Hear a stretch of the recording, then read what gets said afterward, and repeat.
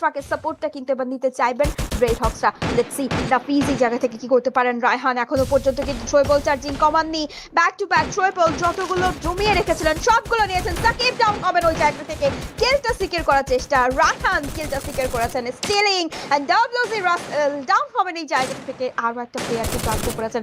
এই মুহূর্তে রিভাইভটা দেওয়াটাও crucial moment. একটা M79 ব্যবহার আমরা দেখবো কিনা। সাইপারের সাথে গড লাইক এন্ট্রি করেছেন সেই জায়গায়। রায়হান মুভমেন্ট রাশ করতে 50% HP and god like finish হচ্ছেন এই জায়গা থেকে। রায়হান একা পড়ে গিয়েছেন। কিল শেষ সুযোগ, another down রায়হান। এই মুহূর্তে লাস্ট প্লেয়ার কিন্তু রয়েছেন স্কাইডার ব্যবহার একটা কিল সিকিউরিং এন্ড এবার মেডিকিটটা করে ফেলতে হবে। নাফিজ রয়েছেন কিন্তু একটা আপস্টেয়ারের সাপোর্টে। Raihan can he do it? ইকিল আরো একবার ক্যারেক্টারিস্টিকের ব্যবহার M590 and it's a boy for Elder Knight Legacy and Raihan did it one handedly. একদম বলবো যে ওয়ান ম্যান আর্মির রায়হান এখান থেকে কিন্তু দুটো টিমকে সামলে এই ম্যাচে তাদের জন্য বুইয়াটা নিয়ে ফেলেছেন। It's a good move for